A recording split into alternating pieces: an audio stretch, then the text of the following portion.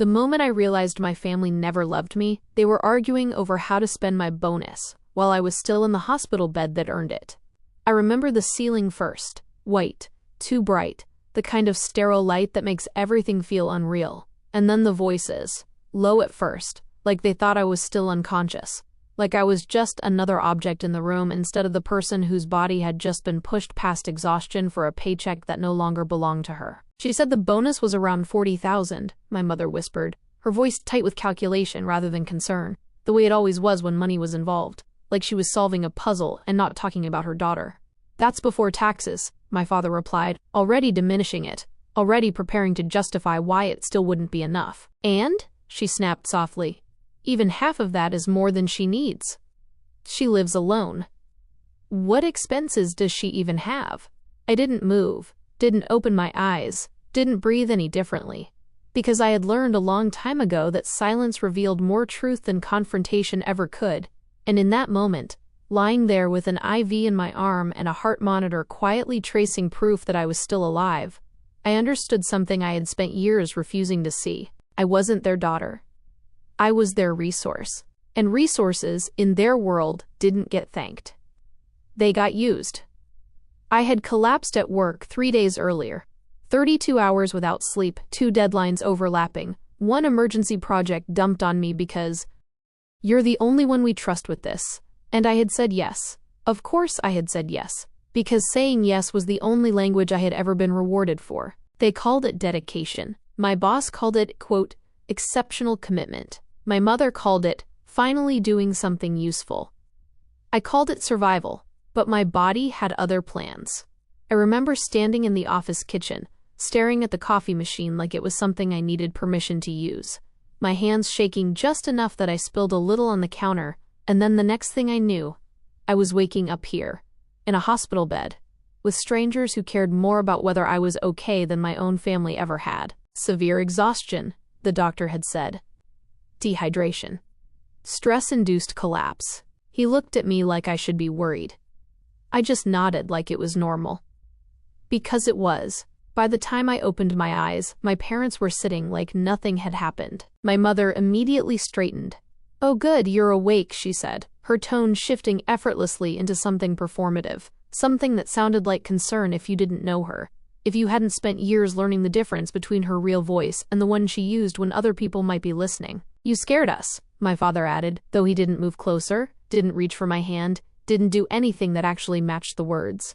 "I'm fine," I said, my voice dry, my throat burning. It wasn't true. But it was expected. They stayed for exactly 12 minutes after that. 12 minutes of surface-level questions. Of my mother adjusting my blanket like she was playing a role. Of my father checking his watch twice. And then they left, saying they had things to take care of, which I later realized meant they had already moved on to planning how to spend money I hadn't even received yet. They didn't ask if I needed anything. They didn't ask how I felt. They didn't ask if I was scared. They just assumed I would recover. Because I always did. Because I had to. The bonus hit my account 2 days later. $38,420 after taxes. I stared at the number for a long time, sitting on the edge of my bed in my small apartment, the same apartment I had paid for entirely on my own. The same apartment my mother had once called selfish, because I hadn't offered to move back home and contribute properly. The message came exactly 4 minutes later. Not a coincidence. It never was. "Mom, we need to talk about your bonus. Not congratulations. Not, are you feeling better? Not even how are you? Just need. Always need." I didn't respond immediately. For the first time in years, I let the message sit there unanswered, the screen dimming in my hand, my reflection staring back at me like someone I didn't fully recognize anymore. Because something had shifted. Something small but sharp. Something that had started in that hospital room, listening to them divide my life into percentages. I wasn't tired. Not the kind of tired sleep fixes. I was done. They showed up at my apartment that evening, without asking. Of course they did. Boundaries had never existed in my family. Only expectations. My mother knocked once before unlocking the door with the spare key she insisted on having for emergencies. though the only emergencies she ever responded to were financial. "You should really answer your phone," she said as she walked in, already scanning the space like she was evaluating it, like she was calculating its worth. "I was busy," I replied calmly. "With what?" she asked immediately. "Recovering," I thought. "Rebuilding," I realized. "Changing," I decided. "Work," I said instead. They didn't sit until my mother had already started talking. "So," she began, folding her hands together, "we need to be smart about this bonus." "We." "Not you. Never you." She laid it out like a plan, like a strategy, like something that had already been decided, and was simply being explained to me for formality's sake. "Your sister needed help with her tuition. Your father had some unexpected expenses. The house needed repairs. Family comes first. You understand that. You've always understood that." I listened. Quietly, fully. The way I always had. But this time, I wasn't absorbing it. I was measuring it. Every word. Every assumption. Every entitlement. "And of course," she added, almost as an afterthought, "you can keep some for yourself. We're not unreasonable." I almost smiled. Almost. "How much?" I asked. My father finally spoke. "Well," he said slowly, "we were thinking maybe you transfer 30,000 and keep the rest." 30,000. Out of 38. For a moment, the room went completely silent. Not externally, but inside me, because that was the moment something broke, or maybe something finally formed. I nodded, slowly. "Okay," I said. My mother relaxed instantly, satisfied, reassured, already moving on in her mind to what that money would become. She had no idea what I meant. That night, after they left, I sat at my kitchen table with my laptop open, the glow of the screen the only light in the room, and for the first time in my life, I didn't open my banking app to send money. I opened something else, my credit report, my account access logs, my shared permissions, everything. And what I found wasn't surprising. Just confirming they had access to more than I remembered giving. Old permissions, linked accounts, security questions they knew the answers to, tiny doors I had never thought to close. Because I had never thought I needed to. Because I had never admitted what they were capable of. I changed everything that night. Passwords, emails, recovery numbers, bank access, two-factor authentication. Every digital door I had ever left open, closed, locked, sealed. And then, just before I went to sleep, I did one more thing. I transferred exactly $1 to my mother. With a note, "For everything you think I owe you." Then I turned off my phone. And for the first time in years, I slept. The silence lasted exactly 9 hours. At 6:12 a.m., my phone lit up like an alarm I had forgotten to turn off, vibrating against the nightstand with a kind of urgency that used to make my chest tighten, that used to make me reach for it immediately, like ignoring it would somehow make me a bad daughter. This time, I watched it ring. Then stop.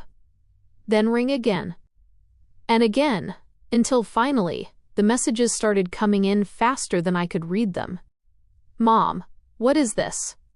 Mom, is this supposed to be funny? Mom, answer me right now."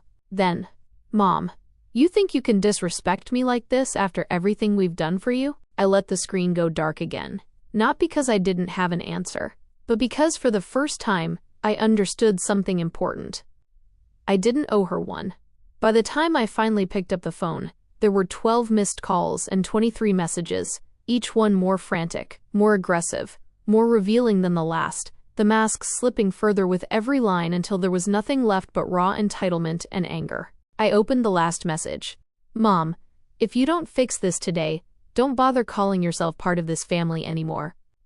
I stared at it for a long moment.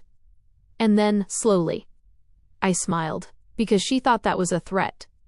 She didn't realize it was the first honest offer she'd ever made me. I didn't respond. Instead, I made coffee, sat by the window, opened my laptop, and started applying for jobs in cities far enough away that dropping by wouldn't be possible, far enough that distance could finally become something real, instead of something I pretended existed. Denver, Seattle. Boston. Anywhere that wasn't here. Anywhere that wasn't them. At 9:03 a.m., someone started pounding on my door. Not knocking. Pounding. Sharp, aggressive, impatient. I didn't need to look through the peephole. I already knew. "Open the door," my mother's voice cut through the wood, loud enough that I knew the neighbors could hear, loud enough that she didn't care. Now. I didn't move right away. I finished my coffee, closed my laptop, walked to the door slowly, deliberately, and when I finally opened it, I didn't step back to let her in. That was new. She noticed. Her eyes flicked to the frame, to my body blocking the entrance, to the subtle but undeniable shift in power she didn't yet understand. "What is wrong with you?" she snapped immediately, pushing forward slightly like she expected me to give way automatically. "I didn't. You sent me $1, she said, her voice rising. $1. After everything we discussed, after everything you decided, I corrected calmly. My father stood behind her, quieter as always, watching, calculating, waiting to see which direction this would go before choosing a side. He had spent his entire life doing that. It was how he survived her. It was also why he never protected me. "You think this is a joke?" she continued, her tone sharp enough to cut. "We made plans based on that money." "That was your first mistake," I said. The words landed heavier than I expected. Not loud, not aggressive. Just final. Her expression shifted, not to understanding, but to disbelief. Because in her world, I didn't say no. I negotiated. I explained. I apologized. I didn't refuse. "You don't get to decide that," she said, her voice dropping into something colder, more dangerous. "You owe this family." "No," I said quietly. "I don't." The silence that followed stretched longer than anything that had come before it, thick with years of expectation colliding with something new. Something she didn't know how to control. "You wouldn't have anything without us," she finally said. And there it was. The foundation of everything. The lie that justified all of it. "I have everything without you," I replied. That was the moment it escalated. I saw it in her eyes, the shift from persuasion to strategy, from anger to calculation, from mother to opponent. "Fine," she said suddenly, her tone changing completely, too quickly to be natural. "If that's how you want to play this, play." It was always a game to her. "And don't call us when things go wrong," she added. "I won't," I said. She laughed then, but there was no humor in it. "We'll see how long you last," she said, turning sharply, already walking away like she had made some kind of point, like she had won something.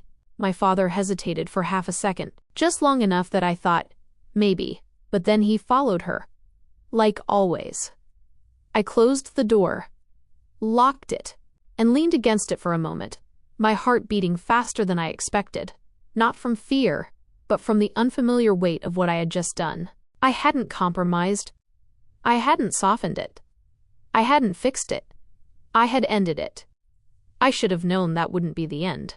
People like my mother didn't accept boundaries. They attacked them. It started small, subtle, almost easy to miss if I hadn't been paying attention. An email from my bank asking me to confirm a login attempt. A password reset request I hadn't made. A notification that my backup email had been accessed from a device I didn't recognize. I froze. Because I did recognize it, not the device. The pattern. I opened my security settings.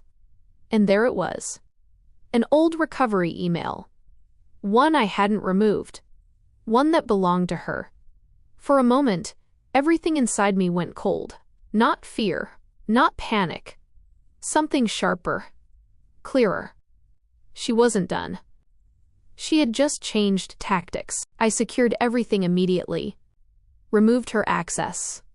Changed every layer of protection again. Enabled alerts for anything and everything. But I knew something important now.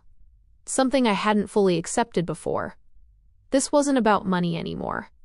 It was about control, and she wasn't going to let go quietly. At 2:47 p.m., my phone rang again. Unknown number. I answered. "Is this Miss Carter?" a professional voice asked. "Yes," I replied cautiously. This is Daniel Brooks from First National Credit Services. We're calling regarding a recent loan application submitted under your name. My stomach dropped. I didn't apply for any loan, I said. There was a pause. I see, he replied carefully. The application was submitted this morning. Personal details verified. Employment information confirmed. It appears legitimate on our end. My grip tightened around the phone. Can you tell me where it was submitted from? I asked. Another pause. An IP address registered to a residential location, he said. Would you like me to read it to you? I already knew. But I let him say it anyway. My parents' address. I closed my eyes for a second, and when I opened them again, everything was different, because this time, I wasn't going to just block it. I wasn't going to just protect myself, quietly. I wasn't going to pretend it wasn't happening. Cancel the application, I said calmly, and flag it as identity theft. There was a shift in his tone immediately. Yes, ma'am, he said. We'll begin a fraud investigation. You may need to provide documentation. I will, I replied. When the call ended, I sat there in complete silence, not shocked, not confused. Just certain she had made her move. And now, so would I. That night, I opened a new folder on my laptop, and I named it something simple. Something final. Evidence data didn't stop her. That was the part no one ever understood, when they later tried to piece together what had happened. When everything collapsed so quickly it looked like an accident instead of what it really was. A carefully timed, patiently built consequence. I stood there, in that room full of people who believed they knew me, and I watched my mother sign my name. Not hesitate. Not even glance in my direction. She had practiced it. That was the first thing I noticed. Not the betrayal, not even the audacity, but the precision. The way her hand moved confidently across the paper, as if she had written my name 100 times before. Maybe she had. Maybe this wasn't the first thing she had taken from me. It was just the biggest. 12 years. 12 years of work, of missed holidays, of sleeping in offices, of building something from nothing, while they told everyone I was too obsessed, too distant, too selfish. And now, suddenly, I was useful, not as a daughter. As a resource. I remember someone laughing in the background, a glass clinking, the soft hum of polite conversation continuing, as if nothing extraordinary had just happened. Because to them, nothing had. They didn't know. They didn't see what I saw. And I didn't say a word, because stopping her would have been easy. Exposing her in that moment, humiliating her, tearing everything apart publicly, it would have been immediate, dramatic, satisfying. But it wouldn't have been enough, no. I had learned patience from them, from years of being ignored, dismissed, strategically excluded from decisions about my own life while still being expected to carry their weight financially, emotionally, silently. So I let her finish. I let her hand the contract back with that calm, practiced smile. I let everyone congratulate her. And then I went home, and I started making calls. By the time she realized what she had actually signed, it was already too late, because the contract wasn't just a deal. It was a trap, a legal structure so precise that any unauthorized representation, any falsified signature, any misrepresentation of authority would trigger automatic consequences, penalties, freezes, investigations. And I had built it that way on purpose, not for her, but apparently I had always known someone would try. The first call came at 7:12 the next morning. I let it ring. The second came immediately after. Then messages, then emails. By the time I answered, her voice was no longer calm. What did you do? Not good morning. Not we need to talk. Straight to fear. I leaned back in my chair, looking out over the city I had paid for, piece by piece, with years she never noticed. I didn't do anything, I said quietly. You signed it. Silence. Then, sharper now, desperate beneath the anger. You need to fix this. There it was. Not an apology. A demand. Even now. Even after everything. I almost smiled. No, I said. That one word changed everything. Because for the first time in my life, I wasn't negotiating with them. I wasn't trying to earn my place. I wasn't hoping they would finally see me. I was done. The fallout spread fast. Accounts frozen, the deal suspended, legal notices sent not just to her, but to everyone who had been involved, including my brother. Of course. He had known, maybe not every detail. But enough. He always knew enough when it benefited him. When he showed up at my office 3 days later, he didn't knock. He never had. "You're destroying this family," he said, like he had rehearsed it on the way over. I didn't look up immediately. I finished the email I was typing, pressed send, and only then met his eyes. "No," I said calmly. "I'm stopping funding it." That hit harder than anything else, because that was the truth none of them wanted to say out loud. They didn't need me. They needed what I provided. "There's a difference. You can't just cut us off," he snapped. "I already did." Another silence, this one heavier. Realization settling in. "You owe us." He tried again, weaker now, searching for something that would still work on me. I almost laughed. "I owed you," I corrected, past tense. He didn't have an argument for that, because we both knew exactly how much I had already given. Years, money, opportunities, silence. And what had I gotten in return? A forged signature. A stolen future. So I stood up, walked past him, and for the first time, I didn't feel small in his presence. I didn't feel like I was asking for space in a life that never made room for me. I owned it, all of it. "If you want to fix this," I said before opening the door, "hire a lawyer. Not me. Never me again." The apology came a week later. Of course it did. After the consequences became real. After the accounts stayed frozen. After the calls from lawyers stopped being polite. She showed up in person, because she knew I wouldn't answer anymore. When I opened the door, she looked smaller. Not physically. But something had shifted. For the first time, she didn't look certain. "I made a mistake," she said. Simple. Clean. Carefully chosen. I waited, because I had learned something important. If you stay quiet long enough, people will reveal what they actually mean. And she did. "We can fix this," she continued quickly. "We just need you to." There it was. Not regret. Strategy. I stepped back. Not to let her in. To create distance. "There's nothing to fix," I said. Her expression cracked slightly. "You're being cruel." That one almost got me. Almost. Because for a second, I remembered every time I had been told that whenever I didn't give enough, didn't sacrifice enough, didn't stay quiet enough. But not this time. "This," I said calmly, "is the consequence." She didn't like that. None of them ever did. Consequences felt like cruelty when you were used to avoiding them. "You're my daughter," she said, as if that still held power. And maybe once, it did. But not anymore. "I was," I said softly. And that was the moment it ended. Not with shouting, not with drama. Just a quiet, irreversible truth. I closed the door, and for the first time in my life, the silence on the other side didn't feel like rejection. It felt like peace. So tell me, at what point does loyalty stop being love and start being permission to be used?